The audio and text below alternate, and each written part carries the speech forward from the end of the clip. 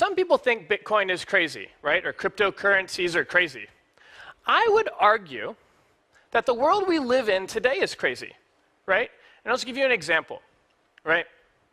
So, Jose, right? So with Jose, if I say, Jose, I want to send you an email, right?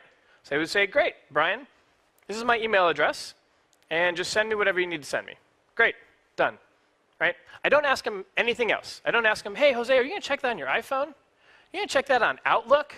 You going to check that on Hotmail, Gmail? I don't ask him any of these questions. I don't have to, right? Now, if I say, Jose, thanks for that concert ticket. Let me send you $20 for it, right? We'd play a game. We play a game of 20 questions, right?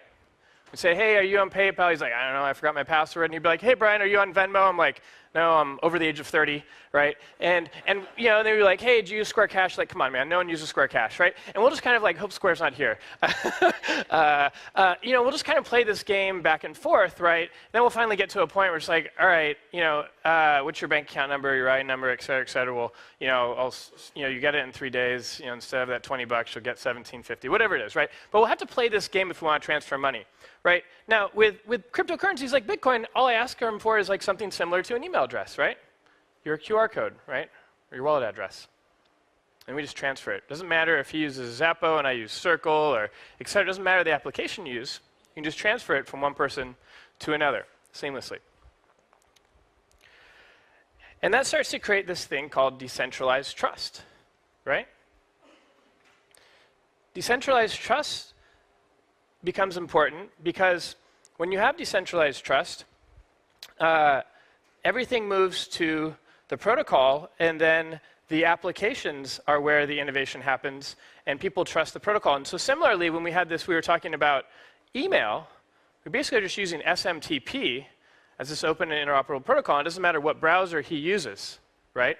And you basically compete on features for your email client or features on your web browser, for example. And similarly, what will start to happen is the intermediaries start to lose power, because the intermediary basically is the protocol, the free and open one that you can use.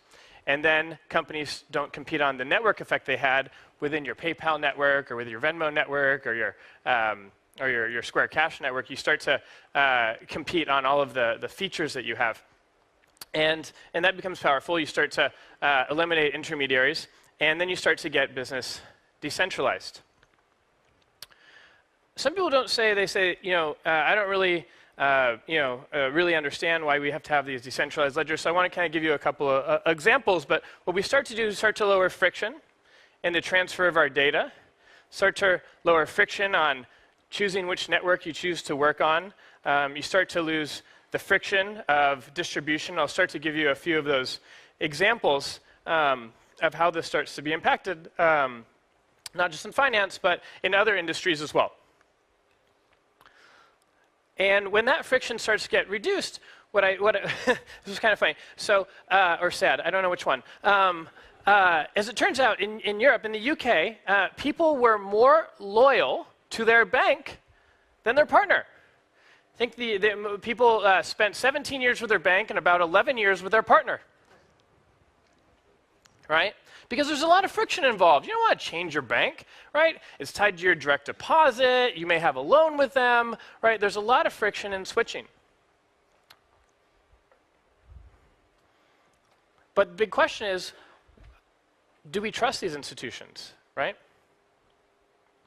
That's what everyone's asking. Are we trusting these institutions?